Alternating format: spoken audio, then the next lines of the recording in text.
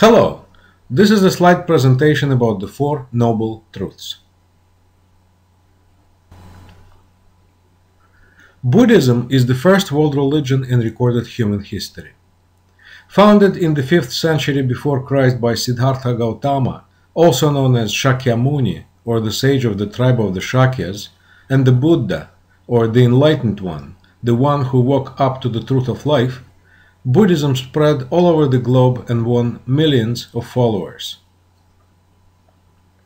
At the heart of Buddhist teachings are the so-called Four Noble Truths that the Buddha proclaimed in his first sermon after he had achieved the enlightenment.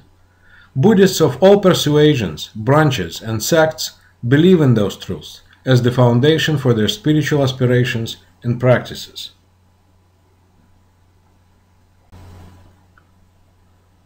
The first noble truth states that all life is dukkha. Dukkha is one of the key terms in the Buddhist religion. It is often translated into English as suffering. However, the meaning of dukkha in Buddhism goes well beyond simply pain and suffering. It also includes, for example, joy and happiness. In short, dukkha is a basic existential human condition that is brought about by the constant flux of life, the never-ending change. As such, dukkha could be better translated as impermanence, instability, uncertainty, unsatisfactoriness, nothing ever stays the same, or left untranslated as it is, dukkha. The second noble truth states that we can know the causes of dukkha, which are explained in the doctrine of dependent origination. Please take a look at the image below. This is a classical Buddhist representation of the wheel of samsara, or the circle of birth and rebirth that is held by Yama, the god of impermanence and the judge of the dead. The wheel of samsara consists of several circles, or layers. The first, or the smallest one, represents the axis upon which the wheel rotates, and it features a snake, a cock, and a pig, the symbols of three basic human qualities of desire or attraction, hatred or aversion, and delusion or ignorance. The second circle represents various realms of life, such as the Buddhist heaven and hell, as well as the realms of titans, hungry ghosts, animals, and humans. In the Buddhist mythology, all of those realms are based on retribution, and none are permanent or eternal. Symbolically, they could also be understood as different lifestyles people choose for themselves. Wealth and power in heaven, rebellion and opposition in the Titan realm, insatiable appetites in the realm of hungry ghosts, self-obsession and self-indulgence in hell, struggle for survival in the animal realm, and finally the enlightenment in the human realm. The last and largest circle is the most important part of this visual guide to Buddhist teachings, and it represents the doctrine of dependent origination. The doctrine of dependent origination, or dependent co-arising, explains why we are in a state of dukkha and keep accumulating karma. It begins with ignorance that leads to the rise of dispositions, or a general impulse toward life. Dispositions lead to the rise of consciousness, which in its turn leads to name and form, or a combination of mind and body.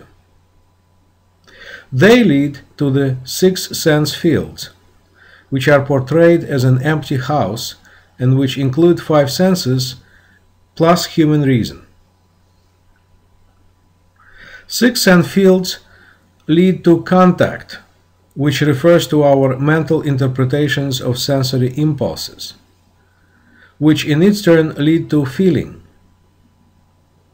Feeling leads to desire, or likes and dislikes, that create appropriation, or attachment.